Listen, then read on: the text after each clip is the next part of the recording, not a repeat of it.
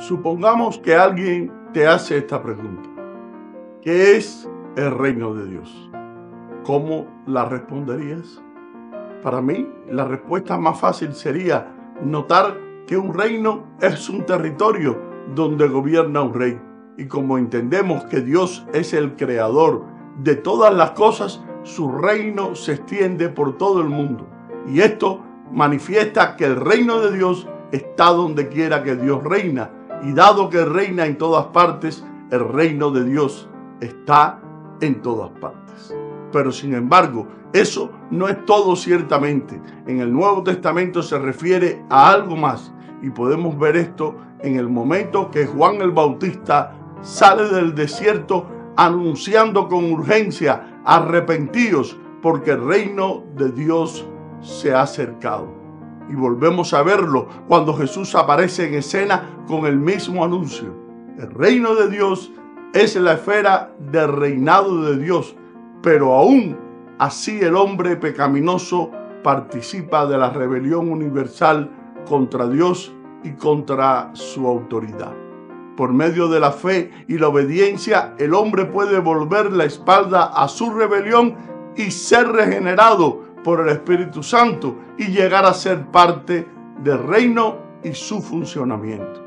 Aunque la participación humana en el reino es voluntaria, el reino de Dios siempre está presente, sea o no reconocido o sea o no aceptado por la gente. El reino es descrito de varias maneras, como reino de los cielos, reino de Dios, el reino de Cristo y de Dios, el reino de nuestro Señor y de su Cristo. Y Jesús muchas veces habló de reino como mi reino. Y el apóstol Pablo, refiriéndose a Jesucristo, lo llamó reino de Cristo Jesús. Todos estos términos se refieren al reino de Dios. Mientras que la idea del reino universal de Dios penetra en el Antiguo Testamento, el reino de Dios tiene un significado e importancia adicional en las enseñanzas y en el ministerio de Jesús.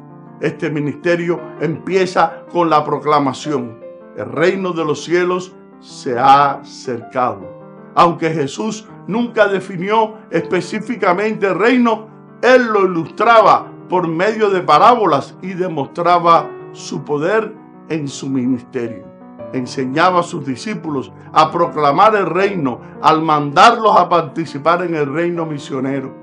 Cada descripción, Jesucristo como el Señor, es un recordatorio de que Él es soberano del reino de Dios. De los varios contextos de la palabra reino en los evangelios, el reinado de Dios se ve como un presente reino o esfera en el cual las personas están entrando ahora. Un futuro orden apocalíptico en el cual los justos entrarán al final del mundo. El reino de Dios no es la iglesia, pero hay una relación inseparable entre los dos. La iglesia invisible y verdadera es el cuerpo espiritual del cual Cristo es la cabeza. Y esto incluye a todos los que han creído o a todos los que creerán en Cristo como su Salvador desde el inicio de la iglesia hasta el tiempo en que Dios la lleve del mundo. En Marcos capítulo 4, Jesús nos enseña cómo funciona este reino. Si se aprende a trabajar los principios de este reino, se tendrá dominio sobre los principios de cualquier otro reino terrenal. Déjeme darle un ejemplo. Ahora no estoy diciendo que la sabiduría terrenal es inútil, pero al mismo tiempo pase tiempo en la palabra de Dios y aprenda sus principios y las promesas en las cuales ahí están plasmadas. Los principios del reino reemplazan todos los demás principios. Ponga los principios del reino de Dios a trabajar y usted logrará resultados milagrosos. La verdadera iglesia es compuesta de todos aquellos que se tornaron ciudadanos del reino de Dios.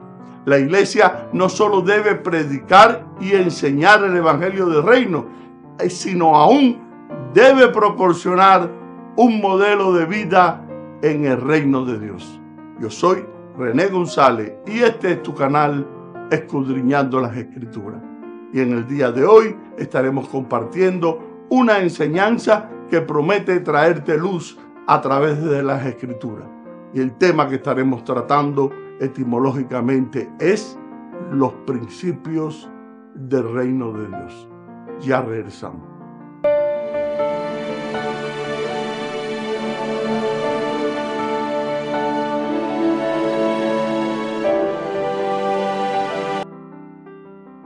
El reino de Dios existió en el pasado, existe en el presente y existirá en el futuro en diferentes formas. En la actualidad, en el mundo natural, el reino de Dios existe individualmente dentro de cada hombre y dentro de cada mujer, muchacho o muchacha que han hecho de Cristo su rey. Y en el futuro habrá una revelación visible y real del reino de Dios, y todo creyente debe poner en práctica lo que sabe de Dios. Esos principios que encontramos en la Biblia nos ayudan a poder experimentar el gozo de la vida por ser hijos de Dios. No hay nada tan poderoso como un concepto y nada más peligroso que un concepto erróneo. El mensaje de la Biblia es acerca de un rey, un reino y su descendencia real.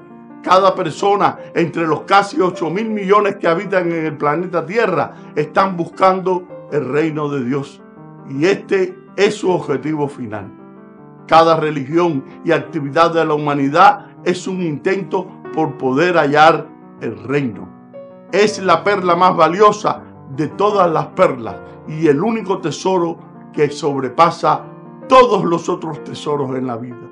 El reino es vida en sí mismo. Y a continuación hay algunos conceptos y principios de los reinos. Usted debería conocerlo y poder familiarizarse con ellos.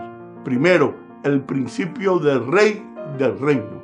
Los reyes son el componente central de todo reino y corporizan su esencia. El rey es la fuente principal de autoridad en el reino y mediante su autoridad se establece en el reino. La soberanía del rey es inherente a su autoridad real. Aquí hay algunas cualidades singulares de un rey. Primero, un rey nunca llega al poder por votación. La autoridad de un rey es por derecho de nacimiento. Un rey no puede ser destituido del poder por votación. La palabra del rey es ley en su territorio. ¿Qué son los principios bíblicos? Los principios bíblicos son verdades infalibles y prácticas que se encuentran en la palabra de Dios y pueden ser aplicados a la vida cotidiana, tanto en lo personal como en lo laboral. Para poder entender cómo seguir cierto principio en determinado caso, debemos de usar nuestra capacidad de pensar. ¿Y cuál es la diferencia entre un valor y cuál es la diferencia entre un principio? Primero, los principios son un conjunto de parámetros éticos de carácter universal dirigidos a orientar la vida en sociedad. Los valores son guías para poder definir el correcto comportamiento de los individuos en la sociedad. Ese es un conjunto de normas o cualidades que permiten al individuo actuar de acuerdo con lo que se considera correcto. Jesús destacó dos principios. El primero refleja el propósito mismo de nuestra existencia, llegar, poder a conocer a Dios, amarlo y servirle fielmente. Debemos tomar en cuenta este principio en todas nuestras decisiones. Quienes se los hagan serán amigos de Dios y llegarán a obtener verdadera felicidad y vida eterna. ¿Qué es lo que nos aseguran los principios bíblicos? Primero, vivir en principios bíblicos es poder saber discernir entre el bien y el mal, poder ver la diferencia de lo cierto y de lo errado, y así, consecuentemente, las bendiciones de Dios se establecerán en nuestras vidas, haciendo nuestras vidas que sean prósperas y muy exitosas. El segundo principio contribuye a que nos llevemos bien con los demás. Poder aplicarlo en nuestra vida significa tratar a los demás como Dios los trataría. Pues bien, el estudio de la Biblia nos da a conocer que nuestro Padre de los cielos nos proporciona pautas o ideas básicas esenciales destinadas a poder orientarnos en cualquier aspecto de nuestra vida. Él hizo escribir a Salomón en Proverbios 4:10: escucha, hijo mío, aferra mis dichos y los años de tu vida serán muchos. Yo te he dirigido por el camino de la sabiduría, te he encaminado hacia sendas de rectitud. Un principio es la norma o idea fundamental que rige el pensamiento o la conducta. Es un precepto inmutable, inalterable e incambiable. El tiempo no lo transforma, no es una costumbre ni una adaptación a determinada época, sencillamente pervive en todo momento. En el caso de nuestros 10 mandamientos, estos principios reciben una aplicación humana, o sea, detrás de cada mandamiento de la ley de Dios aplicado a la experiencia humana, existe un principio que es eterno, un precepto que obedecen los ángeles en el cielo y los mundos no caídos, que ha sido así en todo momento. Por esa razón, la iglesia fue levantada por Dios como un instrumento a través de lo cual el reino puede extenderse a todas las naciones del mundo. Muchas iglesias han perdido la visión de este llamado. Ellas han enfatizado la edificación de su número de miembros y denominación en lugar de poder construir el reino de Dios. La competencia entre pastores, iglesias y denominaciones han quebrado la unidad del cuerpo de Cristo. Nosotros hemos perdido la visión de un reino unido de Dios, de lo cual cada iglesia local es solo una parte. En lugar de ayudar uno al otro en la misión para extender el reino, nosotros competimos por edificar edificios mayores y lograr obtener el número mayor de miembros y el aumento de la finanza para poder construir nuestros propios reinos. Pero el plan de Dios era que la iglesia no solo predicase el reino, pero que ella debería ser un ejemplo vivo del reino de Dios. Cuando las grandes iglesias se van, el pueblo de Dios se mantiene vivo. El reino de Dios no se extenderá a lo largo del mundo por edificar grandes edificios.